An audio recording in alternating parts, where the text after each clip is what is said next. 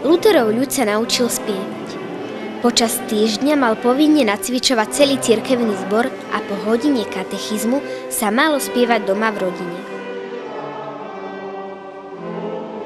To sme však už späť vo Wittenbergu a to práve včas. Je nedeľa 31. oktobra 2010 a to znamená, že máme sviatok, kedy si pripomíname pamiatku reformácie. Aj v tento deň sa stovky veriacich vyberú na slávnostné služby Božie do Zámockého kostola. Poďme aj my na malú prechádzku po tomto nádhernom kostole, ktorý bol postavený na podnet Friedricha Múdreho. Cestou stredom vidíme na pravej strane olejovej podobizne dvoch profesorov Luthera a Melanchtona. Tieto obrazy pripomínajú, že Zámocký kostol bol od roku 1507 viac ako 300 rokov univerzitným kostolom, v ktorom sa zhromažďovali profesori a študenti k bohoslužbám. Pod krásnou kazateľňou je pochovaný Luther. Jeho hrob ostal dodnes neporušený. Na bronzovej doske čítame latinský nápis. Tu je pochované telo doktora svätej teológie Martina Luthera, ktorý zomrel v roku Pána 1546 dňa 18. februára vo svojej domovskej obci Eisleben vo veku 63 rokov, 2 mesiacov a 10 dní. Tu sa v hĺbke asi 2 metrov nachádza jeho cínová rakva. Kúsok od Luthera na druhej strane kostola má svoj hrob a jeho verný priateľ Filip Melanchthon. Aj v tento deň, tak ako po minulé roky, sa viac než 500 študentov z nemeckých a medzinárodných evangelických škôl zúčastní na medzinárodnej slávnosti konfirmandov.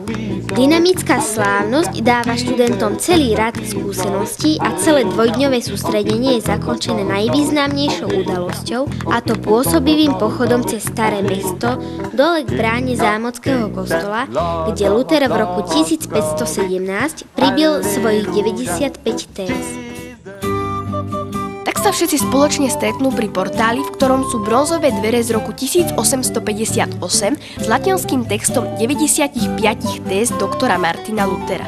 Pripomínajú začiatok reformácie, kedy Luther napadol nekresťanský obchod cirkvi s už spomínanými odpustkami. Každý kresťan, ktorý úprimne ľutuje svojich hriechov, dosiahne ich odpustenie aj bez odpustkov. Dočítajte sa v téze 36. Alebo téza 62 hovorí, že skutočný poklad cirkvi je sväté evanjelium, zvestovanie o veľkosti a milosti Božej. Tak už sa to snažím pochopiť. Všetko mi to teraz začína dávať zmysel, no zaujímala by ma ešte jedna dôležitá udalosť, ktorá sa skrýva pod skratkou AV. Presne tak. AV ako augsburské vyznanie. Sú udalosti, ktoré sa svojim významom zapíšu hlboko do dejín. Jedna z takýchto udalostí sa odohrala 25. júna 1530 v nemeckom Augsburgu. Tam, na rišskom sneme, ktorý zvolal vtedajší cisár Karol V, bolo prečítané vyznanie, ktoré predložili prívrženci Lutherovej reformácie.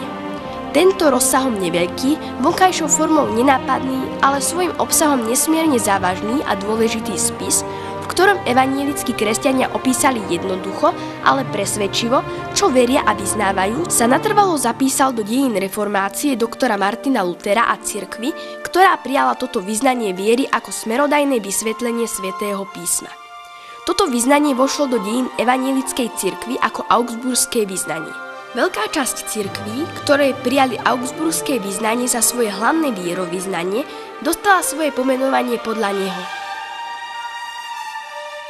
Hoci bol zostavovateľom augsburského vyznania Filip Melanchthon, Lutherov podiel na ňom nebol menší, veď bol rozhodujúcim účastníkom pri tvorení reformačných článkov, z ktorých nakoniec vzniklo toto vyznanie.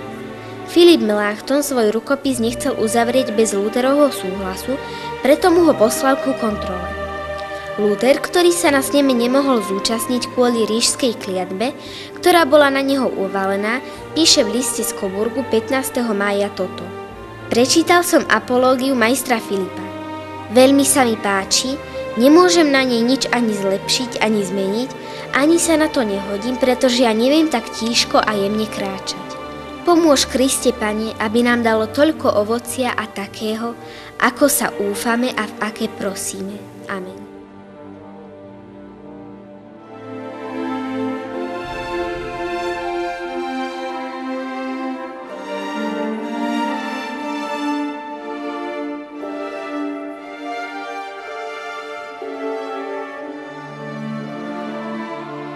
Vďaka filmovému spracovaniu tejto udalosti, ktorá nás počas našej cesty sprevádzala, môžeme aj my vidieť Melanchtonovo nadšenie, kedy oznamuje Martinovi a Kataríne radostnú správu. Martine! Martine! Dokázali jsme to! Dokázali! Císař nám dovolil přednést prohlášení víry! Princové se mu postavili! Musel poslouchat! Teď už nás nezastaví!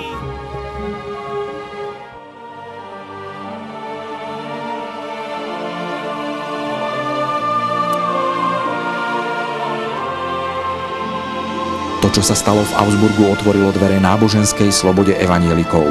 Martin Luther žil ešte ďalších 16 rokov, kázal a učil slovo Božie. On a Katarína prežili šťastné manželstvo a mali 6 detí. Lutherov vplyv zasahuje do ekonomiky, politiky, vzdelania a hudby a jeho preklad Biblie sa stal základom nemeckého jazyka. Dnes je v cirkvách inšpirovaných reformáciou 540 miliónov veriacich.